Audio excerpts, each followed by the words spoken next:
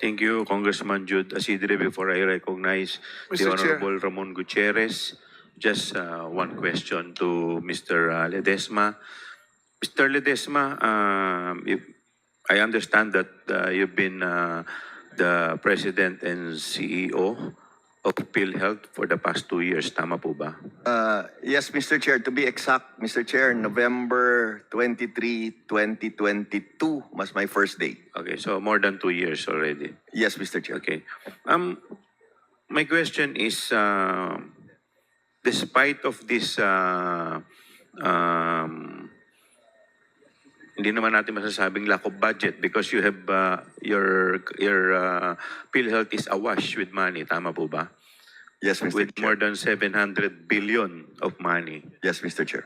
But I'm a little bit disappointed because I've been hearing na you've been telling us that one of the reasons why you cannot implement this program is because of lack of personnel. Walang lawyer, walang... So, my question is, di po ba pagkaupo natin, yan dapat ang una nating inaasikaso, yung reorganization, para yung kumpanya natin tumakbo agad. Siyempre, pag-upo natin, check muna natin yung mga problema, and then nakita natin na talagang kulang tayo sa tao, and the problem has been lingering for the past couple of years. Hindi naman po ito bago. So, kumbaga, minana mo naman to eh. I'm not, hindi ko sinasabi na kasalanan mo lahat to. Dahil kumbaga, minana mo na to, ito eh, matagal ng problema. So, my question is, why only now, the reorganization? Why not during the time when you assume the presidency and the CEO of PhilHealth? Thank you for your question, Mr. Chair. It's a very, very valid concern. And I'm with you, Mr. Chair. Actually, as soon as I sat, I think a few months after I sat, there was already a pending reorg with the GCG. Maybe 2 or 3 months after but unfortunately, Mr. Chair, the process, I think the GCG top management changed and then there was delays. But I think it was just very recently that it has finally been approved by the GCG, no? So, to answer your question, Mr. Chair, gumalaw po kami kaagad eh. It's just that sometimes these things take time eh. And it's a huge increase also. It's 30% of almost 10,000 employees. So we're looking at addition of 3,000 employees. Talagang hindi gumalaw kaagad, Mr. Chair eh. We moved as fast as we can, no? So I hope this reorganization will be implemented the soonest time Oh, as definitely, possible. definitely, Mr. Chair. Yes. Definitely. That's why, Mr. Chair, sorry, that's why I mentioned baka yung increase ng admin cost kasi for it to be successfully implemented, diba? Baka we will need the support there. Thank you, Mr. Chair. Thank you. Mr. Chair. Yes, Congressman Acop, you're Mr. recognized. Regarding your reorganization, under the law, you have the authority or the jurisdiction to reorganize PhilHealth. Tama po ba? To a certain extent, yes, Mr. Chair. Yes. Yung authority ng GCG is not a provision of law. Would that be correct? I think, Mr. Chair, if I may allow, hindi po tayo abogado. If I can allow COO to address the question. Yes, Attorney Santos, you're recognized. Mr. Chairperson, Honorable Representative Acop, it's part of the rules and regulations of the GCG to regulate GOCCs, including PhilHealth, and that's why any proposal for reorganization must be approved by GCG, Mr. Chairperson, Honorable Representative Acop. I agree with you, attorney, but the law provides that the PhilHealth authorities can come up with their reorganization. I was just wondering why you have addressed your request for to upgrade certain positions. I have seen those requests, and some of those were approved by GCG. Now, I looked at the basis why GCG should be involved in the reorganization of PhilHealth. I cannot see any provision of law that says so. Do you have a provision of law that says so? Why? Because it is the reorganization jurisdiction is lodged with the PhilHealth.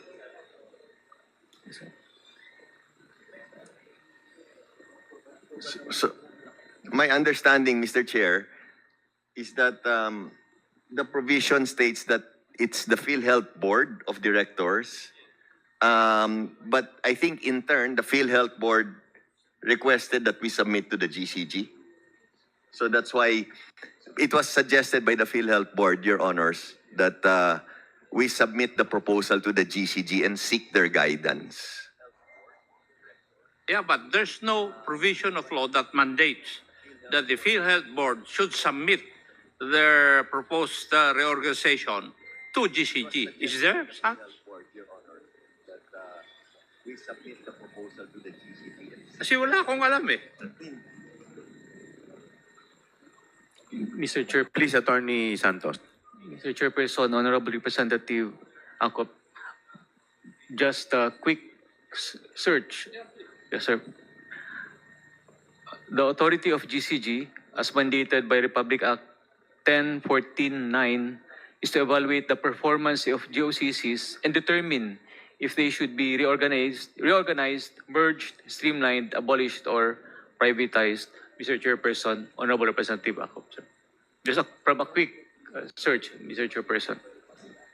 So the GCG, pursuant to that law, is supposed to determine whether your reorganization is what? Pakibasa nga uli yung kwan. Mr. Chairperson, Honorable Representative Acop, GCG is mandated by Republic Act number 10149 to evaluate the performance of GOCCs and determine if they should be reorganized, merged, streamlined, abolished, or privatized. Mr. Chairperson, Honorable Representative Acop. Okay. May I know which law is of a later date? Mr. Chairperson, Honorable Representative Acop, just from a quick search, it's under Republic Act 10149, Mr. Chairperson. Enacted when? May I be allowed to look at the date when Please. it was enacted, Mr. President? Well, assuming for the sake of argument, Attorney Santos, that you are true, that you are correct. Ako naniniwala ako if you presented it in such a way na talagang urgent because of this problem that you are facing, I don't think they will reject. Why only now? It has been 2 years. And assuming for the sake of argument na hindi nila inadmit, hindi nila tinanggap, you can go to the President. Humingi kayo ng tulong. Dahil ito yung mga programa, ito yung talagang dapat namin gawin to be able to fast track all the services And Mr. Chair, ng PhilHealth. and just to interject, Yes, Congresswoman kasi sa Kimbo. dami po ng mga naging hearings natin, parang hindi yun ang lumalabas na dahilan kung bakit mabagal po ang pag-expand ng benefits. Ang lumalabas kasi sa mga hearings is hindi ina-approve ng Benefits Committee. Mga ganun po nasa level po ng officers. Hindi naman po doon sa level ng, yes. I mean, meaning, may mga ganun di ba? So unless mapakita talaga na nasa dami ng tao yung dahilan kung bakit hindi talaga nagagastos ang pera. I'm sure it's also somehow related, but tingnan natin talaga kung ano yung proximate cost ng mahinang paggastos. Because I don't think the approving board will reject that proposal. Assuming for the sake of argument na totoo yung sinasabi ninyo. Kasi even the President, pag nakita niya na talagang itong kailangan, definitely sasabihin niya to fast track. O kita nyo, pero unfortunately nalulungkot kami, ang naging priority ngayon is yung pag-i-invest In fact, pati yung nakalagay dito, yung pag-decrease ng amount ng members' contribution, hindi na prioritize. 2 years na. Wala pa rin tayong solution for that. Anyway, the chair would like to recognize the Mr. Chair, honorable... with yes. due indulgence of With the indulgence of Congrats- Congressman Gutierrez. Yes, very quick Congressman, lang. Yes, Lee, I would you are agree recognized. with Kong Stella na lumalabas yung sa Benefits Committee, no, yung mga cause of delay. No? Gusto ko lang isingit yun. Yun yung lumalabas doon sa mga succeeding hearing. Pero gusto ko lang, Mr. Chair, isama po doon sa mga ibibigay sa committee ng PhilHealth. Kung pwede, bigyan din po tayo ng estimated breakdown ng budget for 2025 ng PhilHealth per program. No? Estimated breakdown of budget for 2025 per program. Yun lang po, Mr. Chair. Mr. Chair, just to Yes. clarify, Mr. Chair, can I? Just Yes, to please clarify. take note of the manifestation of Congressman Wilbert Yes, Lee. we will comply. Just to clarify, Kong Wilbert, when you say per program, so Yes. so can Estimated budget, like how much is allocated for hemodialysis, for maternal care, for Understood.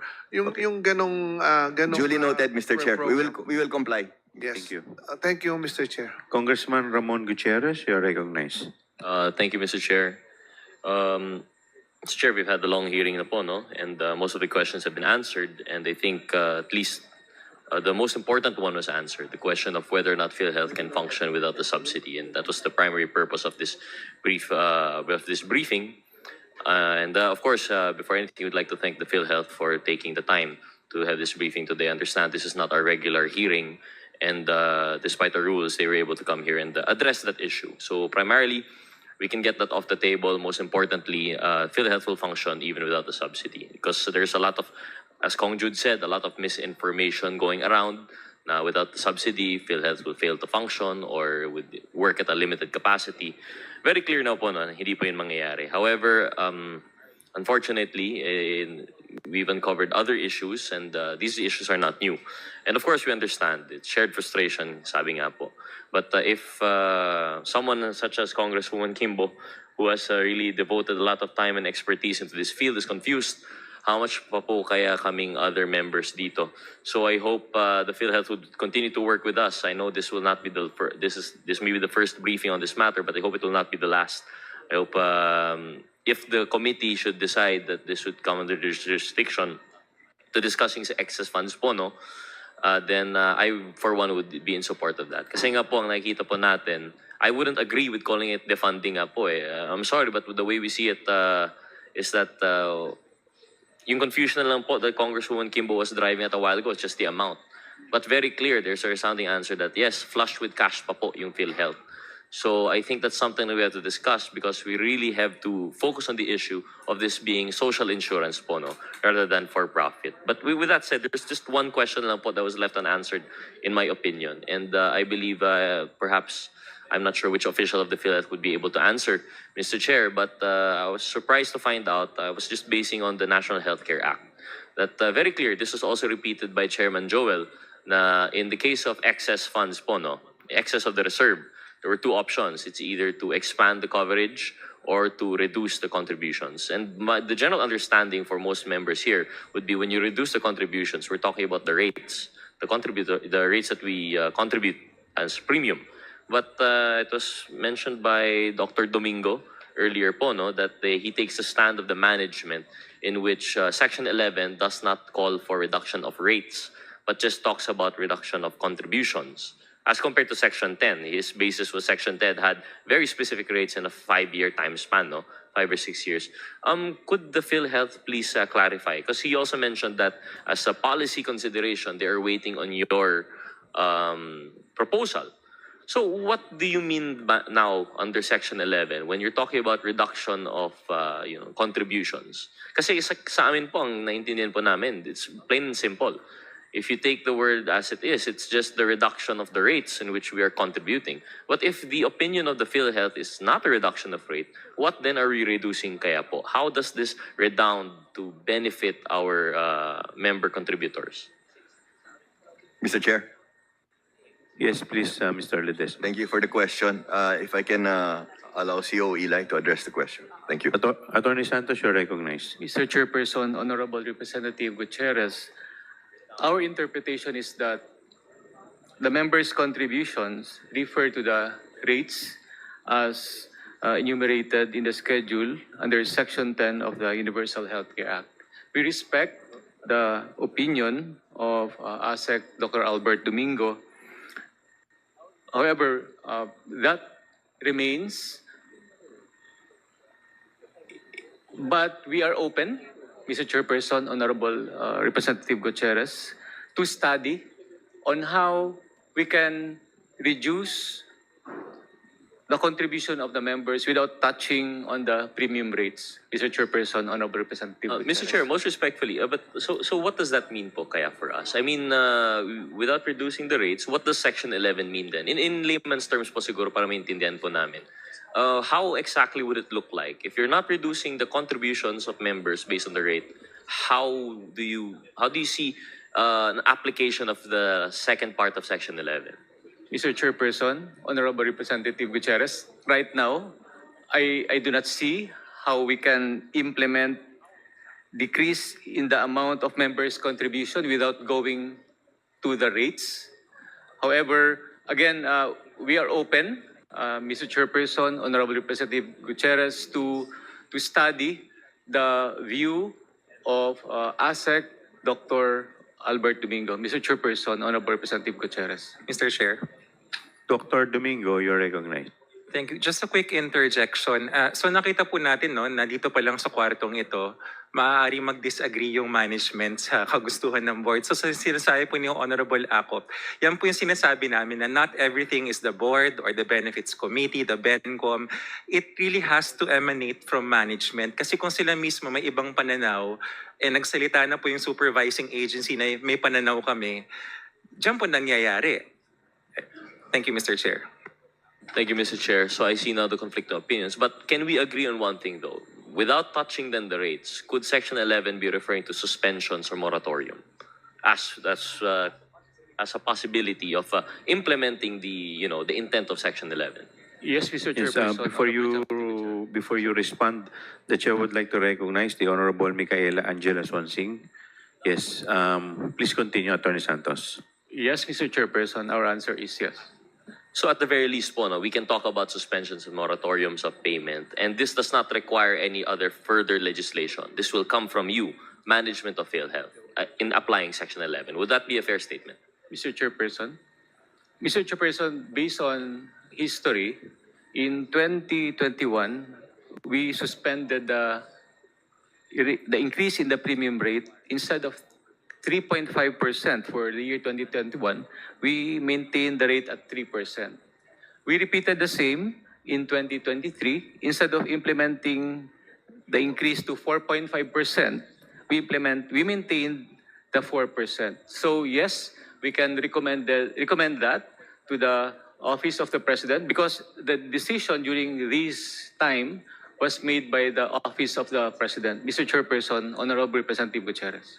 Thank you very much, Mr. Chairman. Then I hope that you could consider the pleas of most of our members here, because while we have been talking about, and we applaud the efforts po, no, we understand the difficulty in trying to increase the benefit packages, pero quite simply po, hindi po nararamdaman ng tao eh. Because although we might on paper be saying na increase po yung packages up to 50%, in some cases 100% increase ng coverage, pero for as long as the inefficiencies are not addressed, for as long as the district hospitals are not paid, for as long as doctors refuse to accept PhilHealth patients, hindi po mararamdaman ng tao yung benefit packages. Anong mas mararamdaman po nila? Moratorium, suspension. Because this is universal. This is not only those who would stand to benefit from the packages, but from every direct contributing member. So I hope you understand where we're coming from po. And I favorite phrase of President Ledesma, we hear you loud and clear po, no? And I hope you do hear us. Kasi po, I think that's one thing that we're going to drive at. Because for as long as I mentioned, sorry to repeat it, for as long as inefficient pa po yung service delivery ng PhilHealth, I don't think mararamdaman po talaga ng tao yung expansion of coverages or benefit packages that we're talking about. I'm sorry, the video presented earlier, it's all well and good, it's welcome news. But for as long as hindi po nararamdaman ng constituents po namin, actually kami po, for example, sa mga riders, pag lumalapit sa amin, we try to bridge the gap between PhilHealth, yung public and private health structure that we have. But at the end of the day, ang mas gusto nila, maip pa rin po eh. Plain and simple. They'd rather just have us be a bridge towards the DOH because the PhilHealth, for as long as they could see, is inefficient. It can't be counted on. And these are already contributing members po. These aren't even your indirect contributors. These are people with means. So, yun lang po. I just wanted to repeat that, yes, okay, at least we've settled the matter of the subsidy issue. The PhilHealth has cash, they can continue to operate. But now we're talking about the efficiency of the operation. We're talking about the excess funds. So, yun, I join, if ever this hearing, this committee would take cognizance of this jurisdiction to further hear this out po, no? If this becomes further an inquiry na into the excess funds, I would fully, very much support that.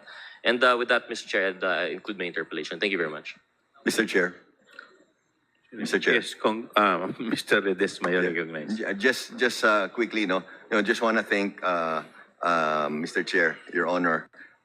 We will continue at PhilHealth. We'll continue to follow your wise guidance and advice at PhilHealth. Thank you very much, Mr. Chair.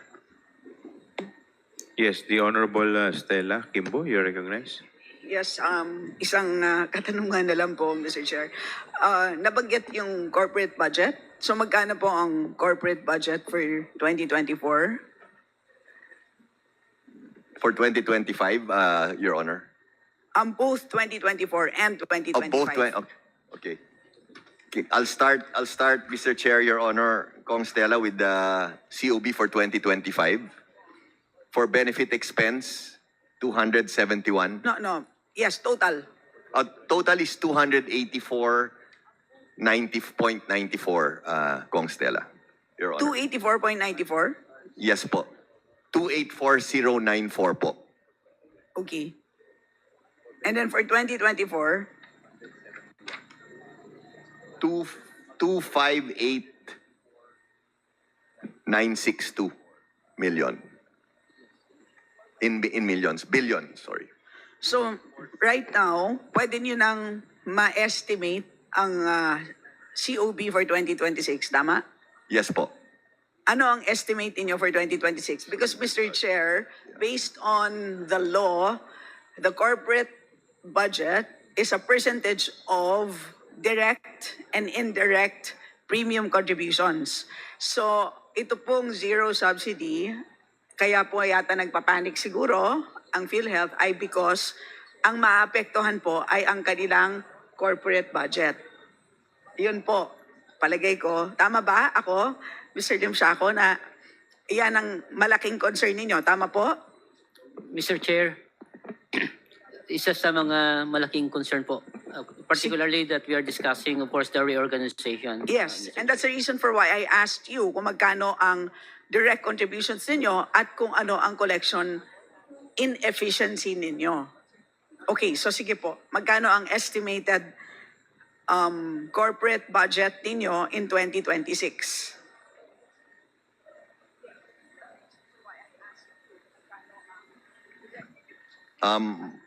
Mr. Chair, So is it 5% of direct plus indirect? Or 7.5? 7.5% of direct plus indirect. But since indirect this year, 2025 is going to be zero, it's going to be 7.5% of direct. Tama po? Tama, Mr. Chair. So magkano po ang estimated ninyo for 2026? For the admin, Yes, Mr. what Chair. is 7.5% times your estimated direct contributions in 2025. 2025? Kasi yun ang magbibigay sa inyo ng 2026 corporate budget. Mr. Chair, the estimated revenue for year 2025 from direct is 203 billion. So So, times that- 7.5% of that one, more or less 15 billion po. 15 Billion. billion. Magkano ang corporate budget ng 2025? 2025, Mr. Chair, amounting to, for the admin expenses po, ay nasa 12.5 billion po. 12.5 billion. Opo. So you still expect an increase in your corporate budget despite the zero subsidy in 2025? Tama po? Mr. Chair, tama po, because of the impending reorganization with the corporation, Mr. Chair, Honorable Kimbo. Hindi. Ulitin natin na, di ba ang pag-compute ng corporate budget is simply 7.5% times direct plus indirect contributions. Tama? Of the previous year. Nagkataon na ang 2025 indirect contributions ay 0. Tama? So, bakit tumaas po for 2026? Mr. Chair, Kong Honorable Kimbo, tumaas because again, this 12.5 is the COB requirement of PhilHealth in 2025 prior to the reorganization. And the limit, Hindi naman nakabase po sa bilang ng tao, di ba? Nakabase po siya sa direct and indirect contributions Tama po. of the previous year. So Tama po. halimbawa po sa 2025, ano po ang direct and indirect contributions ng 2024? Sige, paki-compute na lang po and then take 7.5%. Kasi gusto ko pong malaman yung pagliit ng corporate budget in 2026. Yun po ang gusto natin makita. Mr. Chair, Honorable Kimbo, for the direct is 192. Para sa anong taon to? This is the limit for 2025. For 2025, 192. 192 ang direct po natin. That is for estimated for year 2024. Tama, 2024. Okay. And then indirect is zero. And ang indirect po ay 9 billion. May 9 billion? May actual collection tayo this year. So kasama yung 9. Opo. Alright. So 192 plus 9. Yun yung 201. 2 times 7.5. Opo, 15 billion. Yun yung 15 billion. Opo. Okay. Yung 2024, ano yung basis for 2024? Yung 2023 direct, tama? Mr. Chair, Honorable Kimbo, the basis is 203 na Direct? and indirect. And then yung indirect, Ang total na yan? indirect is Ang direct 60. ba sa 2020, 2023? 60? The actual, Madam Chair, Mr. Chair, Honorable Kimbo, the actual collection premium in the year 2023, 147 for direct, indirect of 50, that's 197.8 billion, Yan ang actual na collection for indirect? 50 billion. 50. Opo. So multiplied by 7.5. So 253. 147 plus 50?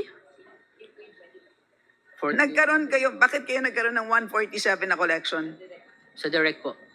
Okay. So 147 for direct and then 50 for indirect. So Opo. 197 Times times 7.5. 7.5. 14.775, Mr. Chair, Honorable Kimbo. Okay. So for 2026, ang direct, ano ang estimated direct contributions for 2025? Is direct contribution estimated, Mr. Chair, Honorable Kimbo, 203 billion po. 203. Opo, And then ang indirect, 0. 0 po. Okay, so 203, 15. So, 15 to it's- 5. 15 to 5. So halos hindi magbabago. Yes po.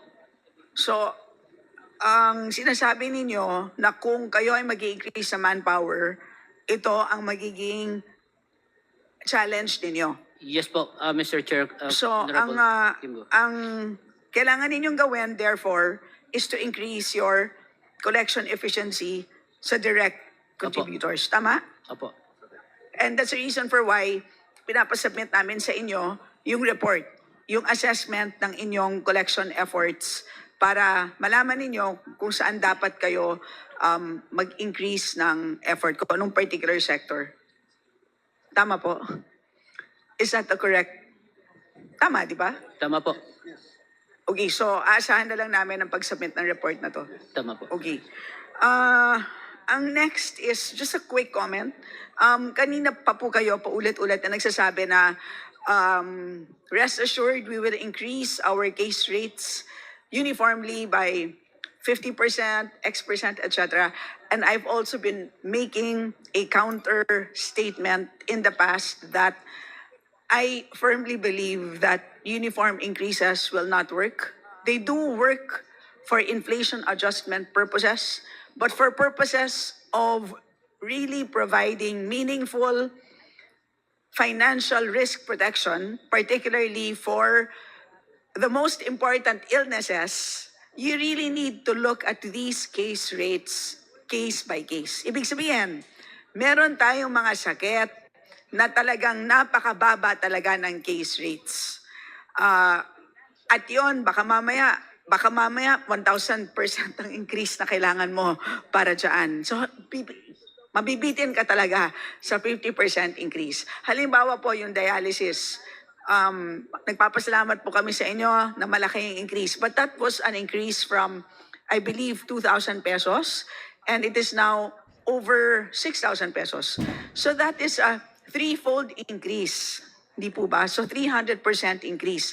So this is an example of hindi talaga uubra ang simpleng 30% or 50%. So yun ang aking hiling muli sa inyo na on top of uniform increases to address inflation, kung pwede po ninyong tignan ang, let's say, top 10 diseases or top 20 diseases, kung pwede po ninyong tignan case by case at baka naman pwede pa ninyong bonggahan ang pagtaas ng case rates kasi bitin po ang 50% increase para dito. Mr. Chair. Thank you very much, Mr. Chair. Kong Stella, yes. In fact, I wanted to highlight two things. The first is, you know, ma'am, this 30%, this 50%, I know you've mentioned this, it makes perfect sense. So I just want to add 50%, 30% plus rationalization. Rationalization afterwards. Also, we're also constantly looking at the top 20 cases in terms of morbidity and mortality. Because again, we hear you loud and clear, ma'am. That's more important because talagang mas may efficiency yan eh. So, anyway, duly noted, ma'am. Yes. Ay, salamat. And in closing, Mr. Chair, parang mahirap yata tanggapin, pasensya na po, Mr. Ledesma, na yung sinasabi po ninyo that we will do our best. Mahirap kasing tanggapin po yung we will do our best dahil yung ating current situation na napakarami po nating pera, napunta tayo sa sitwasyon na to because unfortunately, PhilHealth did not do its best. Tama po? You did Noted, not, Mr. Chair. You did not do your best, therefore, you ended up having so much cash. Ibig sabihin, hindi tayo nakapag-expand ng benefits in an optimal manner. Hindi tayo nakapagbayad ng hospital in a quick way. Bagal tayo sa pag-introduce ng reforms. Yun ang mga dahilan, di ba? Tinitipid natin ang benefits, yung nga sinasabi ko, inflation adjustments lamang, rationalization, nahuli. Iyon ang mga, we did not do our best despite the money being there. And in the end, ano nangyari? Kumita pa po kayo. Di ba po? So by not doing your best, you ended up being an investment bank.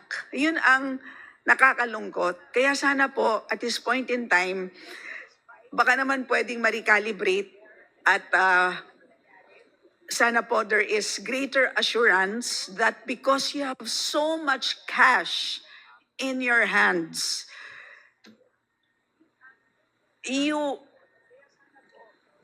there is no excuse but to fulfill your mandate of providing financial risk protection to every single Filipino. So yun lang po, Mr. Chair. Maraming salamat. Duly Thank you. noted, Mr. Chair. Thank you, Mr. Chair. Constella. Yes, with the indulgence of Congressman Ray Reyes, the chair would like to recognize Congressman Your Romy Honor. Acop. Thank you.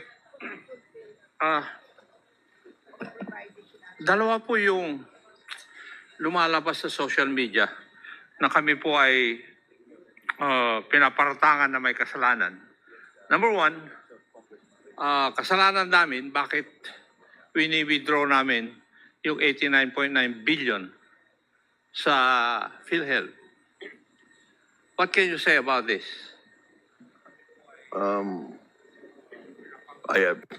I disagree. I don't think it's your fault po. I disagree. Hindi niya po kasalanan. Yan ang view namin. Pwede ko po bang malaman para sa kalaman ng lahat ng Pilipino, yung po bang 89.9 billion, meron po ba doon contribution ng mga Filipino na naka-enroll sa PhilHealth? Para maliwanag.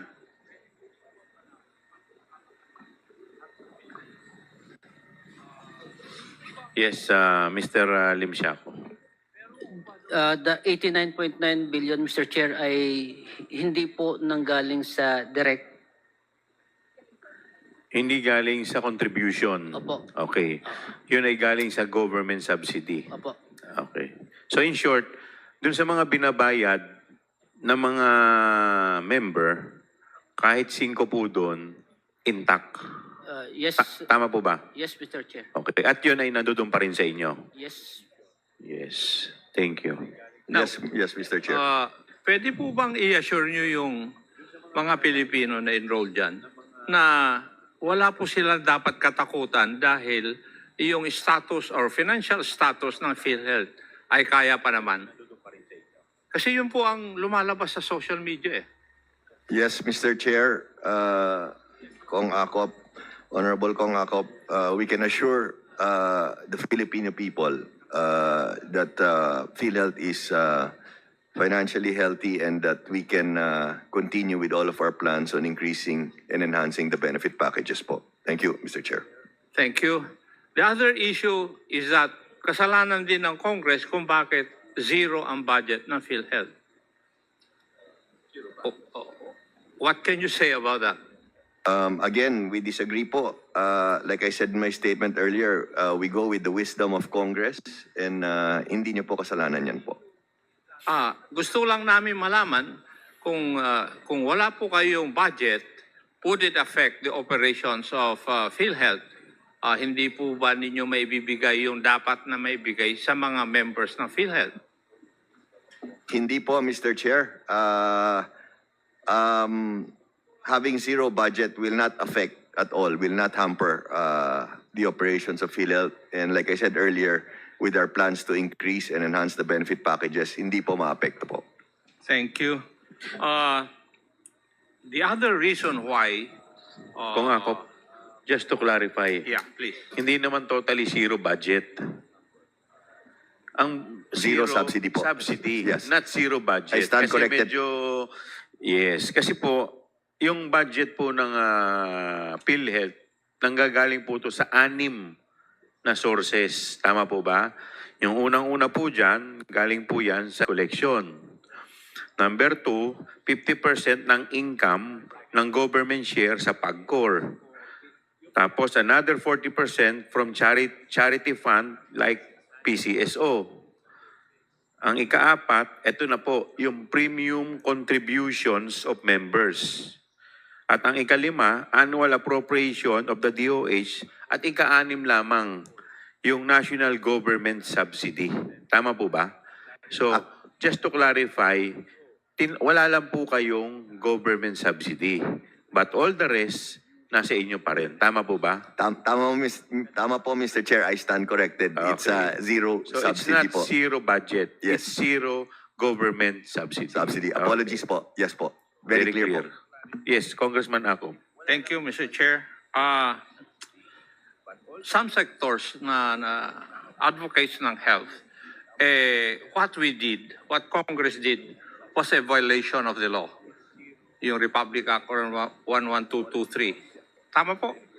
Why? Because of the provision na no portion of the reserve fund or income thereof shall accrue to the general fund of the national government or to any of its agencies or instrumentalities, including government-owned or controlled corporations. Yun po yung basehan nila eh. Attorney Santos, what can you say about this? Yes, Attorney Santos, you're recognized.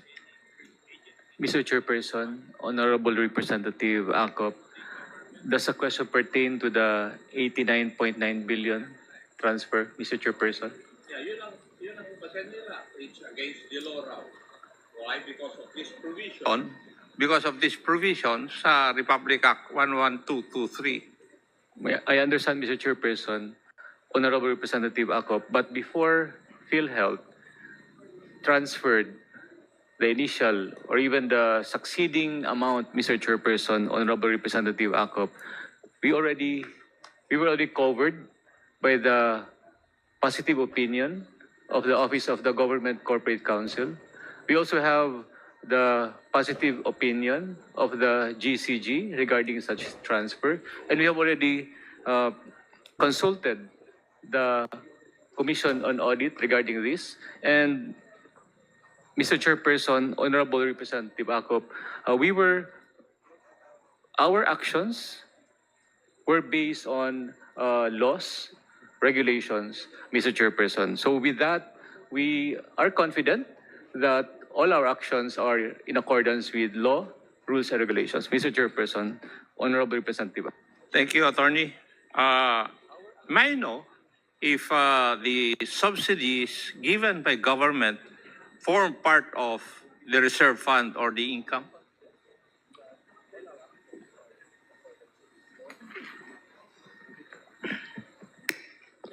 Mr. Chair, Honorable Acop, the subsidy of the national government is treated as premium income, premium from indirect contributors.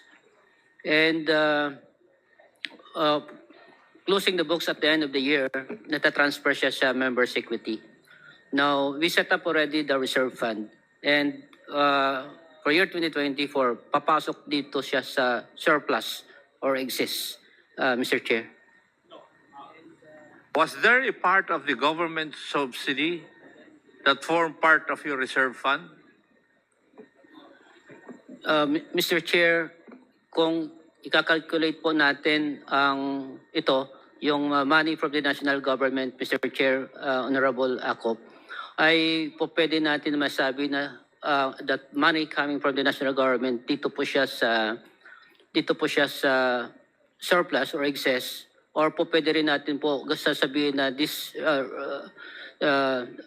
dahil doon nga tayo kumuha ng binalik po natin sa national government po. I am asking this question, siguro mas maintindihan ni Attorney Santos, kasi very specific yung provision of law, no portion of the reserve fund or the income thereof. Very, very specific. Di ba, Attorney? Yes, that is why I'm asking whether yung government subsidy na binibigay ng ating pamahalaan form part of your reserve fund. Mr. Chair, Honorable Acop, with your indulgence, anyway, may nag-file na sa Supreme Court, diba? So I think let's just wait.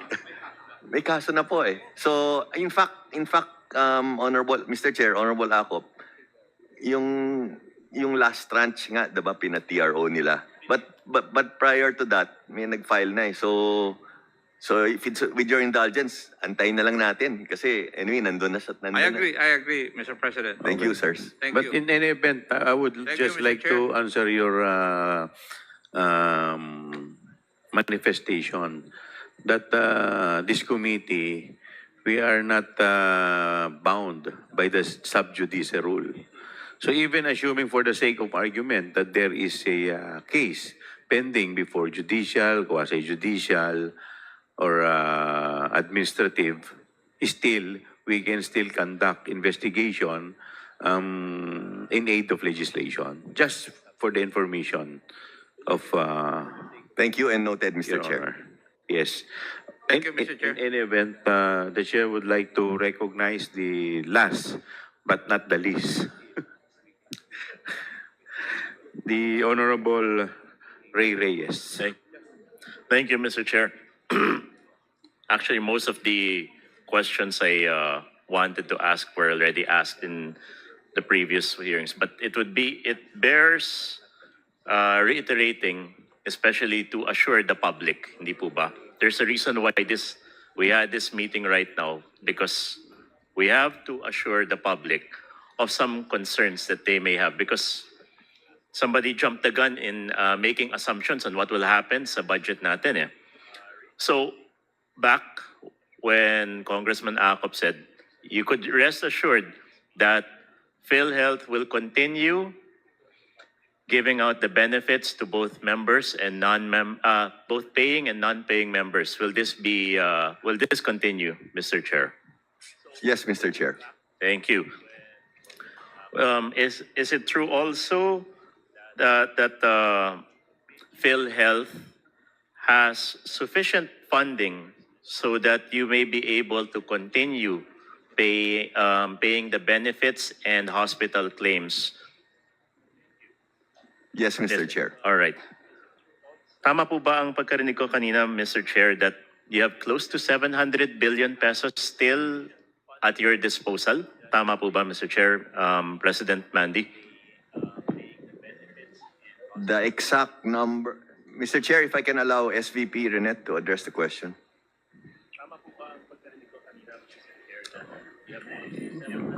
Yes, Mr. Lim Siaco, you're recognized. Maraming salamat, Mr. Chair. The total assets of the corporation, Mr. Chair, is 628 billion as of September, Mr. Chair. And the investment portfolio or investable fund of the corporation is 489.5. Looking into the members' equity, again, the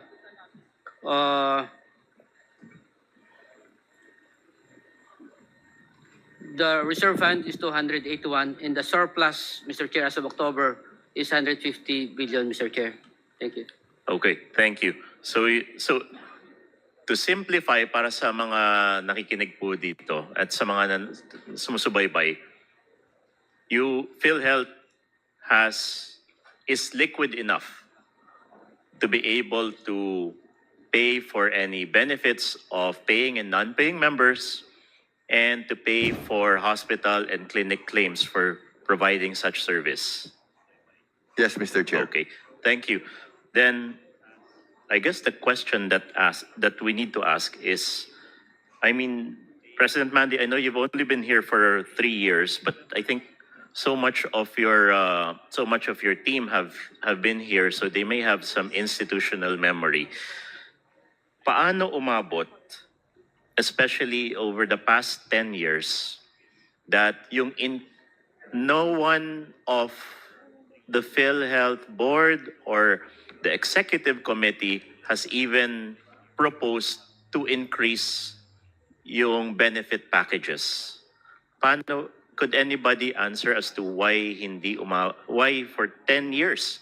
Kung tama po ba 10 years or baka 7 years yan na hindi kayo nag-increase ng benefit packages, despite showing na if we will be looking at your statements of financial position and financial performance, is net positive naman po yata kayo over the past 7 years.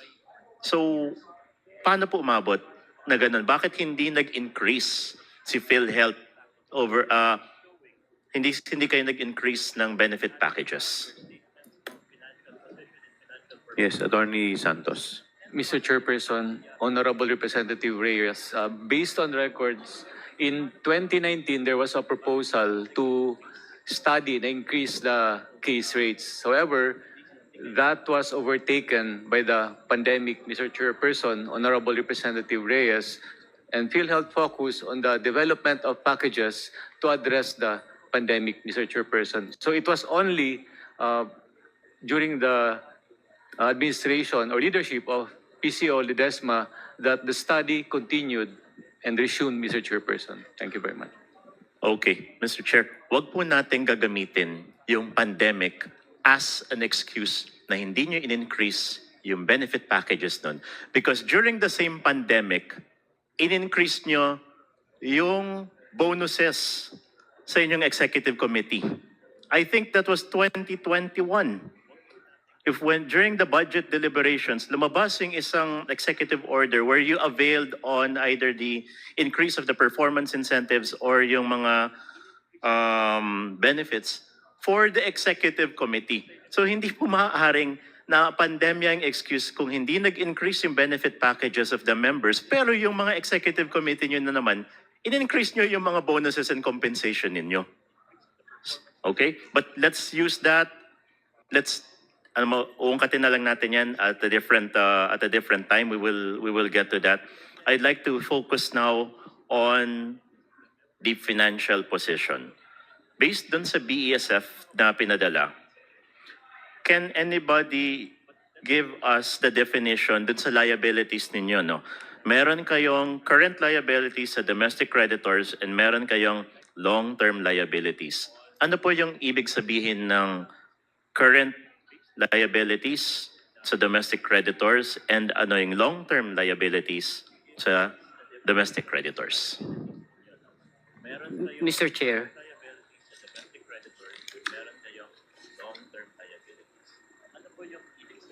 Mr. Chair. Yes, Mr. Lim Siaco. Maraming salamat, Mr. Chair. Kong Honorable Reyes, maraming salamat sa tanong. There are two classifications of our liability. We have the current, ibig sabihin, that can be payable within a year, and then long-term or non-current, that is payable beyond more than a year, Mr. Chair. Now, on the part of our financial liabilities, this is number one item under our current liabilities. This includes our ICS in course of settlement, meaning these are in-process claims, Mr. Chair. And of course, kasama rin dito yung mga RTS claims natin that the corporation is expected to pay, Mr. Chair. Thank you. Sorry, can you, for the appreciation of the public, ano pong ibig sabihin ng ICS? ICS, Mr. Chair, this is in course of settlement, meaning ito ay claims received ng korporasyon and pinaprocess siya and then naabutan ng cut-off date, Mr. Chair. Ibig sabihin, hindi natin nabayad o hindi tumawid yung payment natin to the respective health facilities, Mr. Chair, Honorable Reyes. Thank you. And then, Mr. Chair, what does RTS mean naman po for the appreciation of the public? RTS, Mr. Chair, meaning return to hospital. These are claims mayroong mga for compliance or deficiencies na ibinalik ng PhilHealth to the hospital or to the facilities, Mr. Chair, Honorable Reyes. So, yung RTS ay ito yung mga claims sa hospital na binalik ninyo, yet binubuk nyo pa rin siya na inaasahan ninyong babayaran nyo pa sa hospital. Tama po? Tama po, Mr. Chair, Honorable Reyes. So, Mr. Chair, kung ganun po, bakit po bumalik sa ospital yung mga claims na to at hindi na lang po bayaran diretso ng PhilHealth? The reason why, Mr. Chair, I wanted to go to this is most of the health facilities, both actually government and private, are losing confidence in PhilHealth because of your inability to settle the claims at a timely manner. Na to the point na yung iba, they're running out of business, nababangkarote sila. Kasi ang tagal either ng claims or nare-reject sila. Not only that, if they appeal also kay PhilHealth, parang what's the point of appealing to PhilHealth kung re-reject nyo na sila before? I think parang may disconnect po yata na kayo pa yung appeal court para sa mga rejected. So can you give us a greater appreciation kung bakit ganito po yung proseso? Mr. Chair, Honorable Reyes, sir, to give you the committee the status of the claims processing, Mr. Chair, Kong Reyes, for year 2024 as of November 30. This report is extracted December 2, 2024, Mr. Chair. We received a total of 14,776,000 claims and we paid, bayad po siya, 12,617,000 claims, meaning 85.56% of the claims bayad po received this year, bayad within the year. Now, mayroon po still on process of 8.88% or 1,310,000 claims. And the one mentioned kanina na RTH representing 2.04% or 300,954 claims, Mr. Chair, Honorable Reyes. In other words po, this year, malaki ang improvement po ng claims processing po natin because even January, nasa 39 days po. Pagdating ng October, nasa 16 days po. And the average right now ay nasa 25 days po. 25 days ang processing po natin. So, meaning po ang ating constant communication with the PHA, Philippine Hospital Association, and the Philippine Private Hospital Association is parati po, very frequent, and we are discussing this one po in order for us to reduce the turnaround time in claims processing and ma-address po itong mga concerns. On the part po ng effort of the corporation to look into the claims po, we implemented through our PCEO and approved by our board chaired by Secretary Herbosa, this is what we call claims reconciliation po. And this effort, kumbaga, already on its way to reconcile po ang mga claims na ito, and we got already feedback from the hospitals and of course the big hospital and the small facilities po that nahahanap yung mga gaps in terms of information with kung saan po yung mga claims po nila. And we are expecting that by next year po, tuloy-tuloy po to and palakasin pa po natin so that each and every claims of the hospital ma-address po natin. There are instances, Mr. Chair, Honorable Reyes, if po pwede po, that sa paghaharap ng PhilHealth at saka ng hospital, na-address po yung mga concerns na ito. Just recently, I got feedback, ang problema ng hospital nangongolekta sa PhilHealth, pero once nagharap po, yung claims pala ay na-return ng PhilHealth, na RTS ng PhilHealth, pero hindi ho na ibalik sa korporasyon, hindi ho na request for consideration or nag-submit ng compliance on the return to hospital. That's the reason why ang instruction ni PCO Monday at saka ng CEO palakasin yung reconciliation and engagement to the hospital, Mr. Chair, Honorable Reyes po. Mr. Chair, to clarify, 14 billion ang kulang na lang. Ang ating, the 14 million claims po to, number of claims count po. Yung ating in process po, nasa 1,300,000 claims. This representing 17.1 billion claims, Mr. Chair. Billion na? Opo. Okay, billion. All right. Kasi baka akala ng tao 14 million na lang, but you have 14 billion pa to... Okay, so that's the domestic, that's your current. Yung at dito nagtataka at baka dito kaya din kumagat yung iba when they looked into your balance sheet na meron kayo daw na long-term liability of close to 1.1 trillion pesos. Okay? Paano na-compute yung 1.1 trillion pesos na long-term liability po na yun? Mr. Chair, may we recognize Ma'am Neri, our actuary po. Yes, Ms. Nerissa Santiago, you're recognized. Thank you po, Mr. Chair, and thank you, Your Honors. Yun pong insurance contract liabilities, this represents po yung compliance to Philippine Financial Reporting Standards na nire-require po ang korporasyon to recognize po yung future liabilities. Ibig sabihin po, yun pong future na in-expect na babayaran for the members ay i-discount po to the present.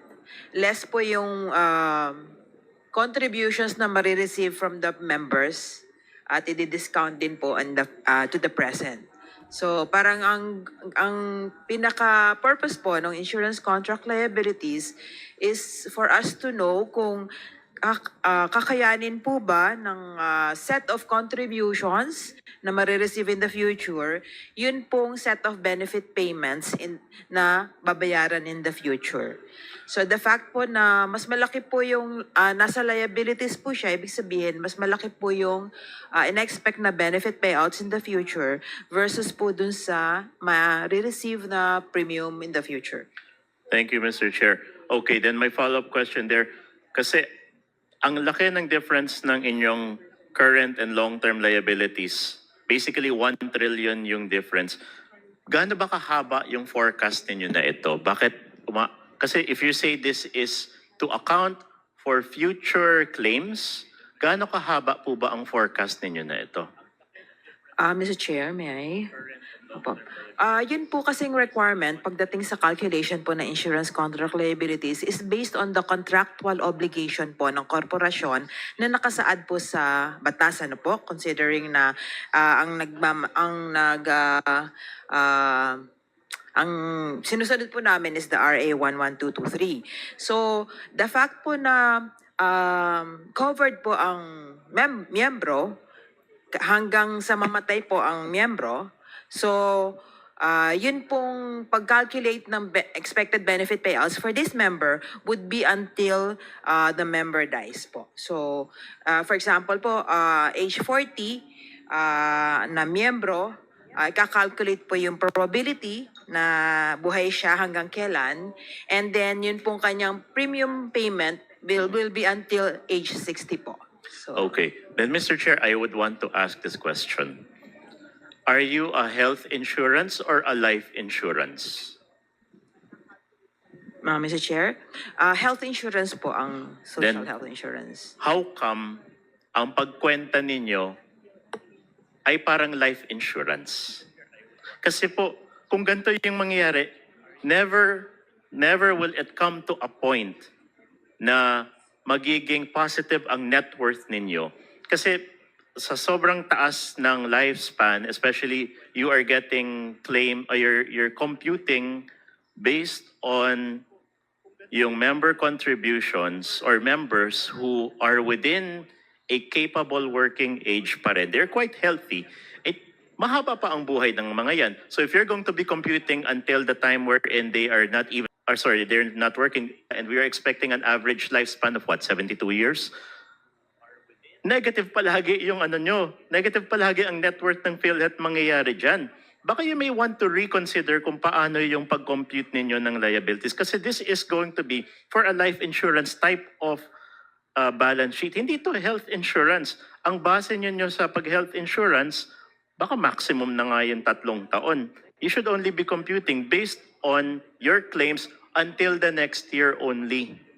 So maybe this is, Mr. Chair, kaya there's so much that is coming out in the media and the public na mali yung interpretation nila sa balance sheet ng PhilHealth is because mali din yung mga assumptions ninyo. You may want to redo this so that it better reflects the state of the health insurer. That you would not be using this, you would not be computing this through like a life insurance. I mean, why do we do that? Because you said that you are using the guidelines of RA 11223. Tama po ba? It's the Philippine Financial Reporting Standards po, PFRS. But that's for a life insurance. Hindi po, pati din po sa health insurance din po, bali. Dahil po nasa law naman po na bibigyan natin ng benepisyo yung pasyente hanggang buhay po.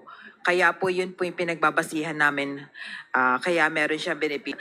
Hindi po katulad ng mga health insurance. Ang health insurance po, especially on the private side, yearly po yan. So, this year, ang premium ay valid lang for 1 year. Kasi yung coverage niya, valid lang for 1 year. So, kung hindi po siya magre-renew next year, wala na po siyang coverage. Hindi po katulad sa social health insurance na regardless po kung mag-renew o hindi po talaga nagre-renew kasi automatically covered naman po ang mga Pilipino. So kaya po by contractual obligation, Mr. Chair. by law po. Mr. Chair, sorry. Mr. Chair. Yes, Mr. Ledesma. Noted po, Kong, on your comment, no. Maybe what we'll do is we'll confer with the COA, with the Commission on Audit. We'll look into this and then we'll discuss it with them and then we'll revert po.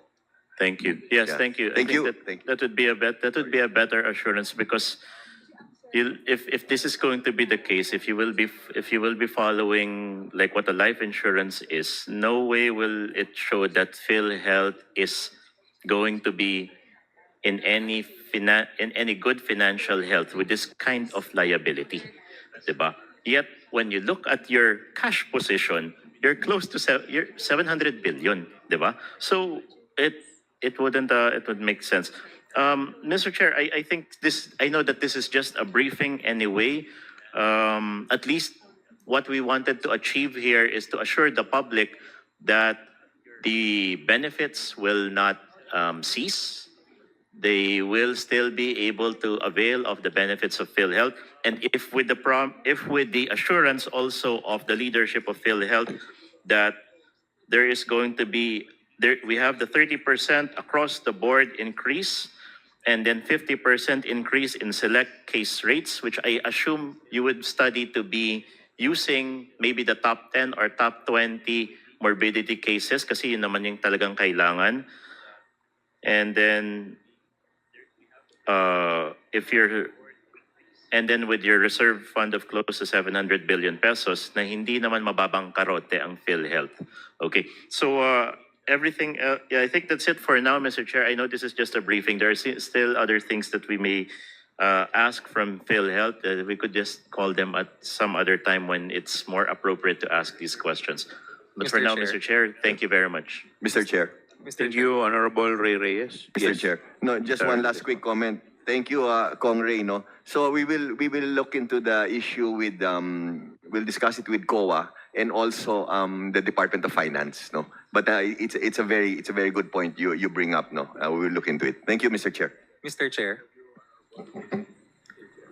Yes, Dr. Albert Domingo. Thank you. Salamat po, Mr. Chair. Hindi po kami finance experts sa DOH, pero bilang mga doktor po ay pinilit na rin naming aralin kasi kung ito yung magliligtas sa buhay, aaralin na rin namin yung insurance contract liabilities. So kung makakatulong po para sa ating komite, since briefing nga po ito, naungkat po namin yung reference material. Ito po ay Insurance Commission Circular Letter number 2022-14. Ang date po is March 14, 2022. Ang subject po is ang Adoption of Philippine Financial Reporting Standards or PFRS for Insurance Contracts. Kung saan nakalagay po na ito ay isang financial reporting framework and I have to read it in English para makita natin yung contrast, no? This financial reporting framework is not the same as the financial reporting framework used for general purpose financial statements. As nakasulat rin po dito na ito ay ginagamit para sa mga statutory financial statements and reports required by the Commission. Napaisip lang po kami, Mr. Chair, na parang ano kaya yung ibig sabihin nun. Tapos dun sa salita nung ICL, yung letter C kasi is contracts. And then nakikinig po ako sa sinabi ng ating Office of the Actuary, Acting SVP Neri, at ang sinabi po niya, Mr. Chair, is binabase kasi sa pag-private health insurance, binabase nila sa kontrata. Nabulong lang po naman sa akin ito na may tatlong elemento yung kontrata: offer, acceptance, and consideration. So, napapaisip lang ho kami sa DOH kasi wala naman ho kaming naaalala na kontrata. Baka kung wala naman sigurong kontrata dahil universal nga ang coverage. Pero bakit taon-taon binabayaran ang premium? Kung ang premium ay dumadating taon-taon, hindi ho kaya na merong kontrata na taunan? Kasi bakit natin kailangan magbayad taunan? Kung ang kontrata natin ay lifetime, baka dapat yung binayaran na skin ng mga direct contributors is yung premium natin hanggang tayo po ay pumanaw, which is absurd. Hindi ho siya parang tamang pakinggan. Hindi ko nga alam kailan ako mamamatay Bakit ako magbabayad ng X number of years? So nabanggit lang ho namin yon kasi sa very basic understanding po namin sa DOH, ang PhilHealth po ay isang tinatawag na pay-as-you-go insurance. Sa Tagalog po ay paluwagan na kung tayo ay nabanggit ho ng Honorable Kimbo kanina, Mr. Chair, yung sinasabing risk pooling na parang bakas-bakas tayo, paluwagan. Hindi ako magkakasakit ngayong taon na ito, pero may ibang magkakasakit. So yung bayad ko magagamit para sa kanya. Para sa susunod na taon, panibagong kontrata, kung ako naman yung magkasakit, gagamitin ko yung binayad ng iba para sa akin. Kung makakatulong po sana sa komite, Mr. Chair. Salamat po. Thank you, Dr. Albert Domingo. The chair would like to recognize the Honorable Mika Swansing. Thank you very much, Mr. Chair. Mr. Chair, a little bit tangential to the topic po is one thing, since our PhilHealth family is here, I would like to take this opportunity to ask their side or give them the opportunity to clear up some of the news that have been circulating in the media. Siguro po in line with what Chairman Acop said a while ago in terms of clarifying what's in the media. Siguro po, Mr. Chair, one of the things that came into the fore in the previous discussions, I believe Mr. Pargas from the PhilHealth has also responded to this, as well as the PhilHealth came out with a statement addressing this issue. But siguro po medyo hindi satisfactory, Mr. Chair, yung response, because this on the screen is a photo of allegedly the proposed budget of the PhilHealth for the celebration of their 30th anniversary next year. So as you can see here, the grand total is 137.8 million,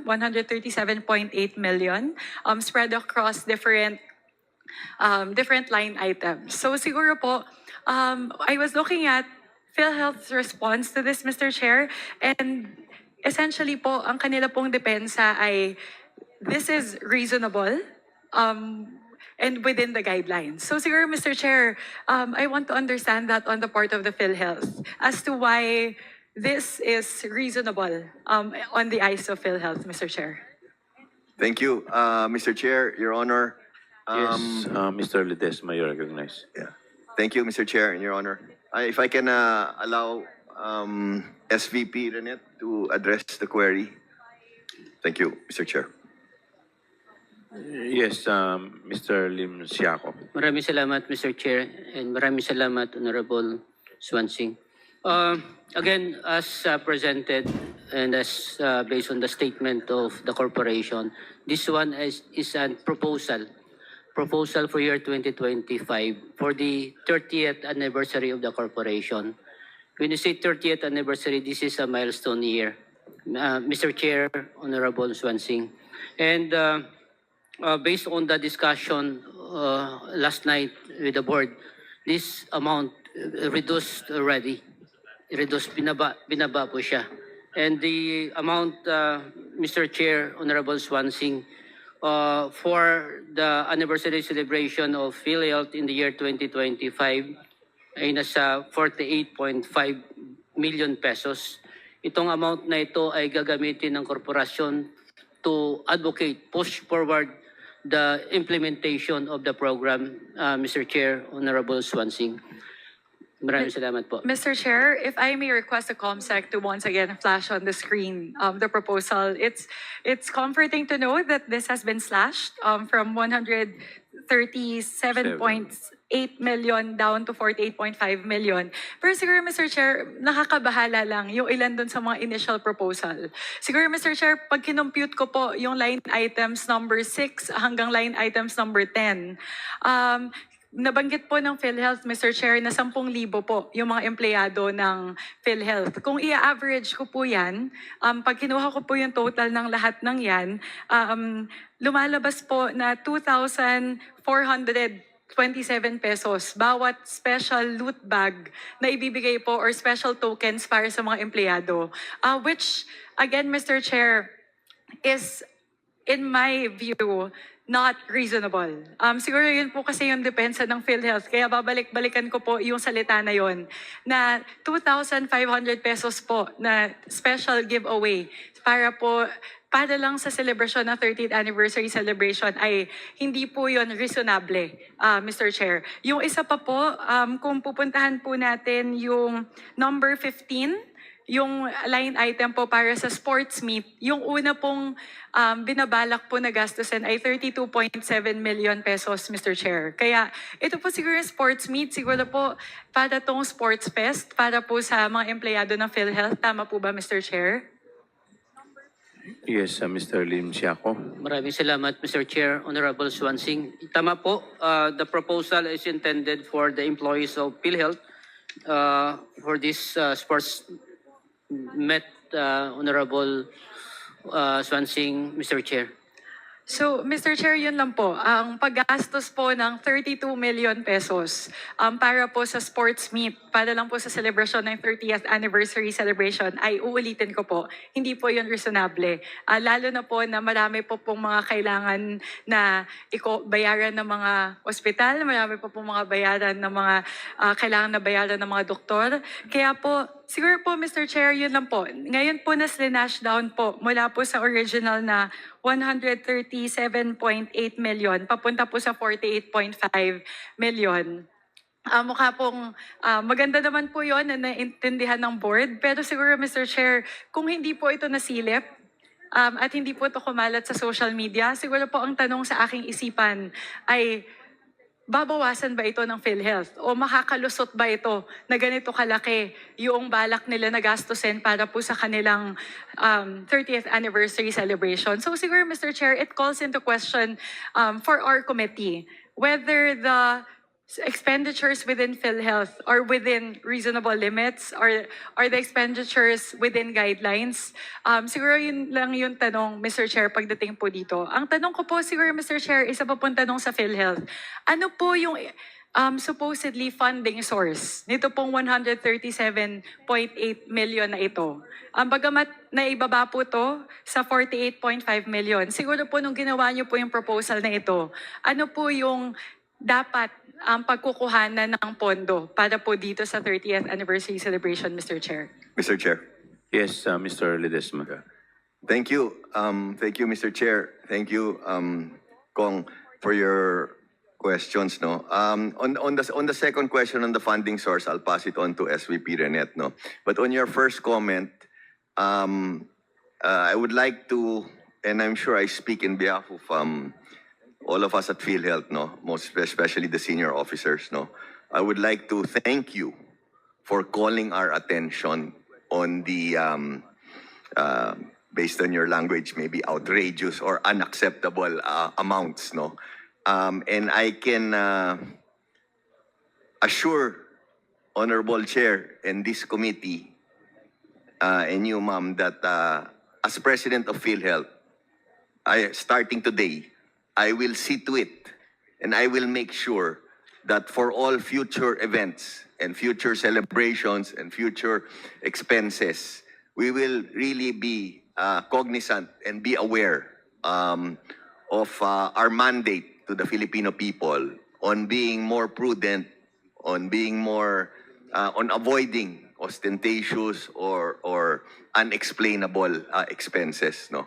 In fact, I was just talking to COO now, I intend to convene our team, no, and really reiterate the importance of using our expenses wisely, no. So again, I would like to thank you personally and in behalf of PhilHealth for pointing this out. And you even made a comment, naku, kung hindi namin nakita yan, paano ba yan, diba? So again, I would like to assure you, no, hindi po mangyari yan. Thank you for the reminder. Thank you for alerting us. And again, I would like to reiterate, as President, I will see to it, hindi po mangyari ito ulit. Maraming salamat po. Thank you very much, Mr. Chair. Siguro po ipapaalala lang po yung direktiba po ng ating mahal na Pangulong Bongbong Marcos to observe austerity measures pagdating po, hindi lang po siguro sa Christmas celebrations, pero for celebrations in general. So, yun lang po, Mr. Chair, babalikan ko po yung pangalawang tanong ko na saan po dapat yung pagkukuhanan nito pong pondo ng 137 million na ito, Mr. Chair. Mr. Lim Siaco. Mr. Chair, Maraming salamat. with the kind indulgence of the Honorable Swansing, related po kasi dun sa earlier question sa 138. Siguro, Mr. Chair, I would, if Okay. it's okay, ASEC, if After I po. may please, para lang po matapos po natin yung thread. Yung figure po kasi iba dun sa naalala namin in-approve ng board eh. Okay. In that case, Mr. Chair, as it's very relevant to the current conversation, Mr. Chair, I will defer, Mr. Chair, as to whether we'll let ASEC interject. Okay, I will recognize you, but we will recognize Mr. Lim Siaco first. Thank you, Mr. Chair. Maraming salamat, Mr. Chair, Honorable Swansing. The source of fund for the proposal, Mr. Chair, of 138 ay manggagaling po siya sa corporate operating budget of PhilHealth in the year 2025. Corporate operating budget. Apo, COB. Corporate operating budget. Itong 40 plus, dun din magagaling. Opo. Pero meron ditong sa 48.5, mayroon 323 na manggagaling sa 2024 extended validity. 324,000. 323,000, Mr. Chair. Manggagaling saan? 2024 COB, pero Ano yung COB? corporate operating budget. Okay. corporate We operating. requested and approved by the board for the So kailan po ba yung anniversary ninyo? February 14, Mr. Chair. Okay. So this event will be held on February 14. Yes, Ah? year-long celebration. A year long. Opo. It's not one day affair. Yes po. So it's going to be a year-long celebration. Opo. Okay. Mr. Chair, Yes, if the chair would like to recognize Dr. Albert Domingo. Salamat po, Mr. Chair. Salamat po, Honorable Swansing. It's pertinent po the line of questioning of the Honorable Swansing. And baka ho nagkamali lang ng tingin sa record ang ating FMS, SVP, dahil ang ginawa po ng board, and I was there in the meeting online also, meron pong prinopose na 30 million pesos na i-charge sa 2024 corporate operating budget. Ang kasama po doon ay sana perforated proposal po ng management, extension of the validity of the 2024 corporate operating budget to include 30 million pesos para bumili ng perforated mesh sticker, tote bag, anniversary shirt, marketing shirt, jacket, katsa bag, button pins, and stamps. Ang ginawa po ng board, tinanggal lahat except yung stamps. So from 30 million, ang ginawa, hindi pumayag yung board, alinsunod na rin sa directive ng Pangulo na maging austere muna tayo sa mga measures natin. I think this is the postage stamps po to postage stamps. So 323,000 pesos only from 30 million. And then yung binabanggit po ni Mr. Lim Siaco, Mr. Chair, sa 2025 corporate operating budget, wala pa hong approval yung board kung ano po yung bibilhin. So they will still have to propose it as is proper for the board to evaluate. And as you saw, Mr. Chair, Honorable Swansing, sa behavior ng board, yung 30 million talagang binaba to 323,000 for postage stamps only. Thank you. Mr. Chair, just to clarify with ASEC po, does that mean ASEC sa pagkakaintindi niyo po doon po sa meeting na dinaluhan niyo, posible po na humigit pa doon sa 48.5 million pesos yung gagastusin para po sa 30th anniversary celebration? Sa meeting po kagabi, Honorable Chair, Honorable Swansing, hindi po. Hanggang 323,000 pesos lang po para sa stamps as of the meeting last night. Okay. Yun lang, Mr. Chair. Siguro po, Mr. Chair, yun lang. I brought this to the fore during today's conversation kasi po tulad nga po na sinabi ni Congressman Acop, meron pong perception na ito pong pagtanggal ng subsidiya para po sa PhilHealth ay posible pong maging hadlang doon po sa pagbibigay ng PhilHealth ng mga benepisyo para po sa mga Pilipino. I think, Mr. Chair, yun siguro yung biggest misconception na gusto po nating linawin dito sa komite na ito, na hindi po kulang, hindi po naghihikahos sa pera sa kasulukuyan ang PhilHealth. Tulad po ng ating napag-usapan kanina, meron pong tinatayang 700 billion pesos na cash reserves ang PhilHealth. At siguro po, isa po sa mga testamento nito, yun pong binilang natin, kinumpute po natin nila Kong Stella, na marami din po sila, bukod pa dito sa reserves, marami silang corporate budget na gumagalaw din. So siguro po in terms of operating expenses, Mr. Chair, siguro po itong pagtanggal ng subsidiya ay hindi din po makakahadlang sa operasyon ng PhilHealth. Hindi po ito makakahadlang doon po sa abilidad ng PhilHealth na magpatuloy sa paggalaw doon po sa kanilang kinakailangan. At higit sa lahat, Mr. Chair, hindi po maapektuhan nito ang coverage o ang pagbibigay ng benepisyo sa mga beneficiaryo po ng PhilHealth. So siguro yun lang, Mr. Chair. I want to use this as a case in point just to show na hindi po cash trap, hindi po kulang sa pera ang PhilHealth. Dahil kung meron po sila na propose noong una na 137.8 million pesos na kaya nilang ilabas para po sa kanilang 30th anniversary celebration, meron po silang panghuhugutan para po sa kanilang mga pangangailangan, para po sa kanilang operasyon. Sir, Mr. Chair, the reason why I wanted to highlight this number as well is gusto ko po siyang ma-translate kung ilang libong tao na sana yung makakabenepisyo dito po sa pera na ito. Gamitin po natin na basehan yung 137.8 million na yon. Pwede na po sanang makapagbigay ng benepisyo sa 46,000 na mga indirect beneficiaries nila or indirect premium beneficiaries nila.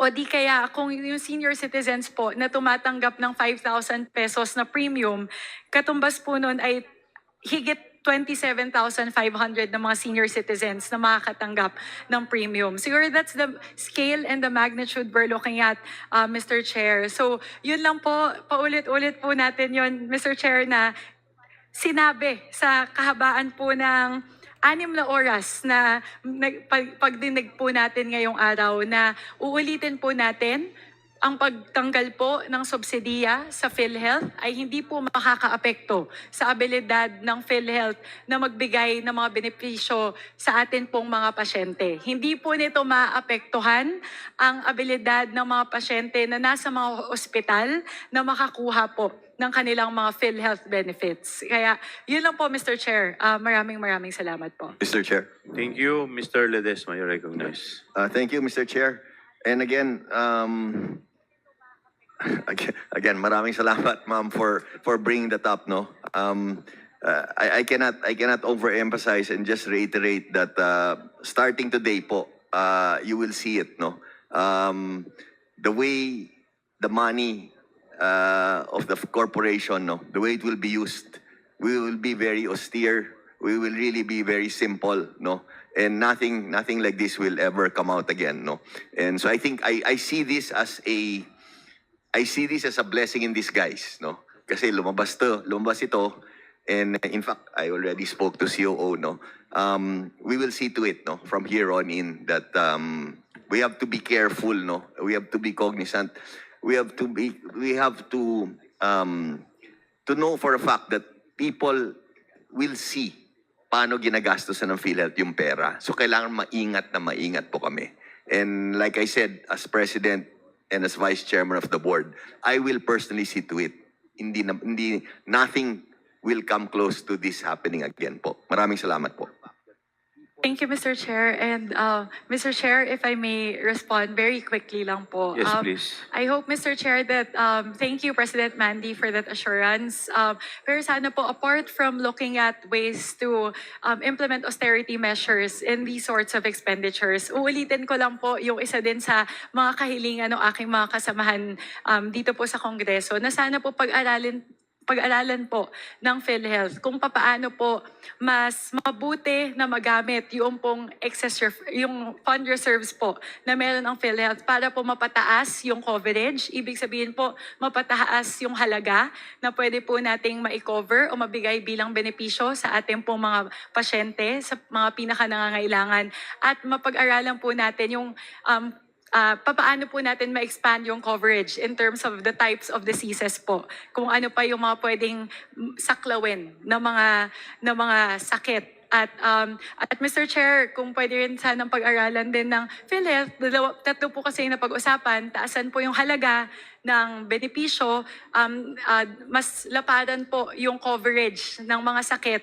At yung pangatlo po, kung pwede po mapag-aralan, kung pwedeng magkaroon po ng moratorium doon po sa mga rates. Yun lang po, Mr. Chair.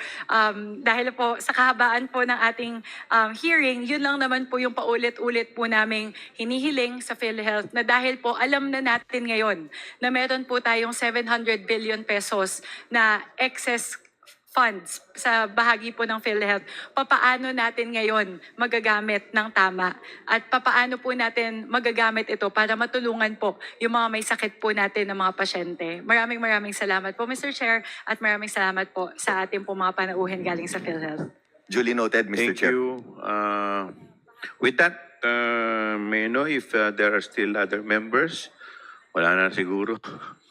Do I hear a motion? Mr. Chair, may I move Congressman that- Nakop? may I move that we adjourn the hearing for this, for today. So move, Mr. Chair. I second the motion, Mr. Okay, Chair. duly seconded. Is there any objection? Hearing none, the motion is carried.